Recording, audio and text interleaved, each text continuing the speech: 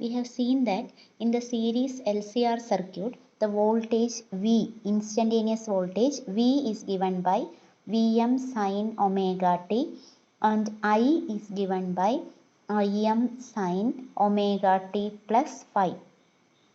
And we have seen the value of Im. Im is equal to Vm by Z, where Z is the impedance of the series LCR circuit.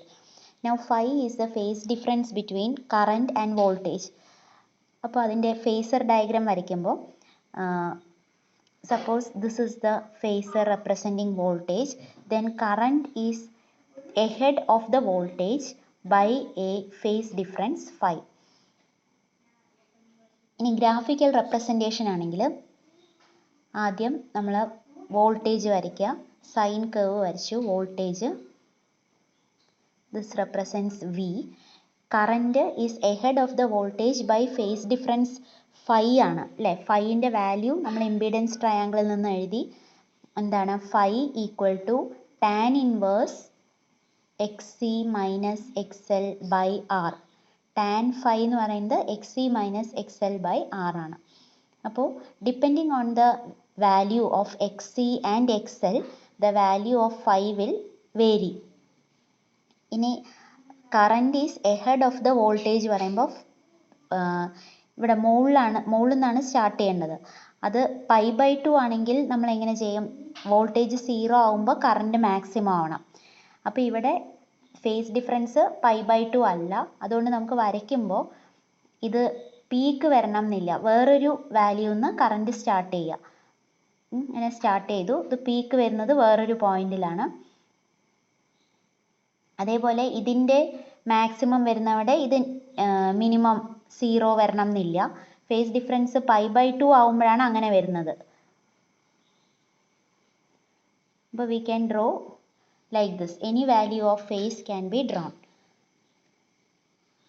Face difference pi by 2 ആവുന്ന കേസിൽ ഒന്ന് 0 ആവുമ്പോൾ മറ്റേത് maximum, ഇവിടെ maximum ആവുമ്പോൾ മറ്റേത് 0, അങ്ങനെ വരും. ഇനി we have seen that the impedance Z is equal to square root of r square plus xc minus xl the whole square. ഇതിൽ എക്സ് സി കപ്പാസിറ്റീവ് റിയാക്റ്റൻസ് ആണ് കൂടുതലെങ്കിൽ, X C greater than X L ആണെങ്കിൽ tan phi positive ആയിരിക്കും, phi positive ആയിരിക്കും. അപ്പോൾ സർക്യൂട്ടിൻ്റെ behaviour it will be predominantly capacitive circuit. ഇനി X C കുറവും എക്സ് എൽ ആണ് കൂടുതലെങ്കിൽ അപ്പോൾ ഇവിടെ the value of phi will be negative and the circuit will show predominantly inductive behavior. ഇത് എങ്ങനെ വേണമെങ്കിലും ആവാം, X C minus X L ആവാം, അല്ലെങ്കിൽ X L minus X C എന്ന് വരാം.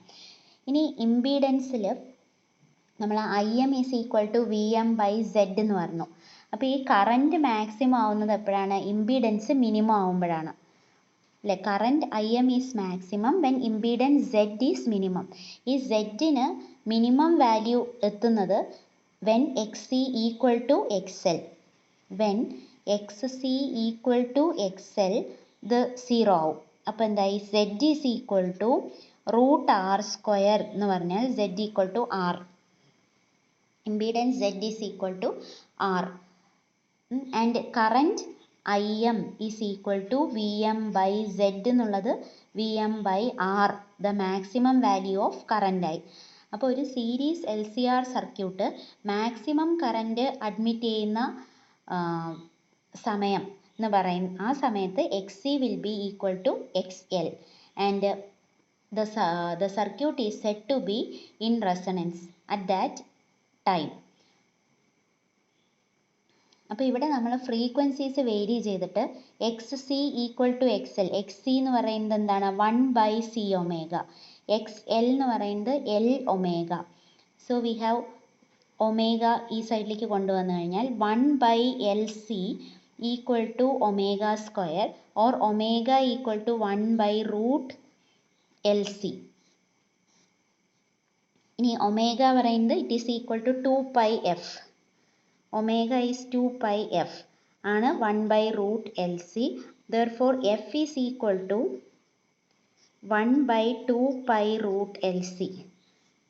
So this frequency is called resonant frequency. Series L C R സർക്യൂട്ടിനെ നമ്മൾ പല ഫ്രീക്വൻസികൾ ഉപയോഗിച്ച് ഡ്രൈവ് ചെയ്യുന്നു. ഒരു പർട്ടിക്കുലർ ഫ്രീക്വൻസിയിൽ X C equal to X L ആവുന്നു. Suppose that frequency is omega 0. അപ്പോൾ X C equal to X L ആയി കഴിഞ്ഞാൽ the impedance of the circuit becomes minimum and the current in the circuit becomes maximum. Maximum current is admitted. And that frequency at which maximum current is admitted is called resonant frequency.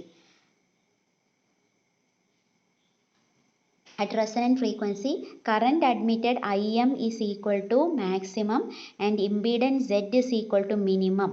Minimum value of impedance എന്ന് പറയുന്നത് R ആണ്. അപ്പോൾ ഇതിനെ നമ്മൾ graphically represent ചെയ്യുകയാണെങ്കിൽ